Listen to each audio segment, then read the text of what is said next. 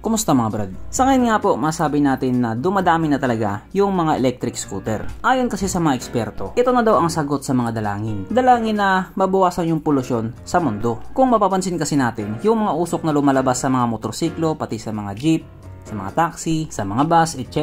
nakakasira daw kasi yan sa kalikasan. Sabi nga nila yung usok daw pumupunta daw yun sa langit, tapos nabubutas daw yung ozone layer. Alam mo yung ozone layer?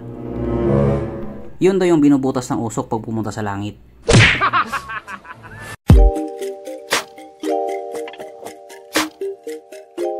Pero syempre bago tayo magpatuloy, kung bago ka pa lamang napadpad dito sa aking walang kwentang channel, huwag ka na mag-subscribe. So yun na nga, kung mapapansin nga po natin, ang dami na rin talaga mga electric scooter sa kalsada. Electric scooter, e-bike, basta yung mga bihikulo na gumagamit ng battery na tumatakbo sa kalsada. Ayon nga po sa makabagong survey, sila na rin daw yung bagong hari ng kalsada. Yung iba daw kasi counterflow, yung iba naman beating the red light, yung iba naman daw walang paki sa mundo, basta tumatakbo lang daw sila sa kalsada, okay na daw sila. Pero syempre hindi naman nila lahat yon. Meron lang din mangilan-ngilan. Dapat kasi talaga hiwala yung kalsada nila para hindi makaperwisyo ng ibang tao. Kung dati nga po yung mga e-bike yung takbo pa chill-chill lang, ngayon yung mga e-bike kasing bilis na rin ng mga big bike.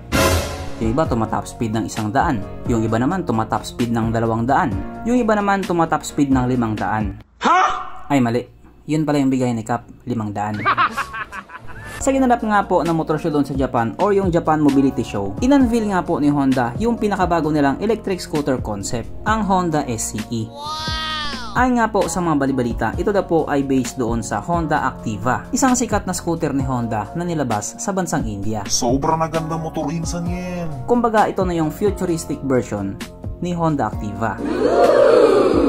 Kung titignan nga po natin yung itsura niya, flagship na flagship talaga. Ang kagandahan nga po dito, wala siyang maraming kanto. Napaka-smooth lang ng pagkakagawa sa kanya. Simple pero elegante. Yung pagkakadesign at pagkakapwesto nga po sa ilaw niya, saktong-sakto talaga. At makikita nga po natin dyan yung logo ng Honda. At syempre yung mga ilaw nga sa motor na ito, naka full LED. Yung footpeg nga po niya sa gilid, foldable din. Foldable na nakatago, hindi siya nakalabas. Bali itong electric scooter concept nga po na ito ay katulad din doon sa brand na Gogoro. Meron din siyang battery swapping technology. Yes po, nabubunot-bunot po yung battery niya. At speaking of battery, ito nga po ay may dalawang pack ng battery. Na ayon nga po mismo sa claim ng Honda, ito na po ay kayang umabot ng 100 km yung dalawang battery. Sobrang layo na rin ang mararating niya. Kaso lang yung top speed nga daw po nito ay umabot lamang sa 70 kph.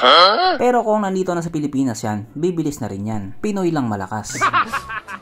So yung gulong nga po nito ay 12 inches, naka-disc brake sa harap at drum brake naman sa likuran. Naka-telescopic fork sa harap at naka-monoshock naman sa likuran. At dahil nga po ito ay isang electric scooter concept pa lamang, pwede pang magbago yung ilang features niya. Base nga po sa mga chismis na kumakalat, plano daw ilabas ni Honda to next year 2024 sa bansang India. At kung magkano yung magiging presyo, next year din natin malalaman kung matutuloy yung paglabas niya. So hanggang dito na lang muna mga brad. Kung may gustong sabihin or gustong idagdag doon sa mga sinabi ko, mag-comment ka na lamang sa baba. Okay, bye.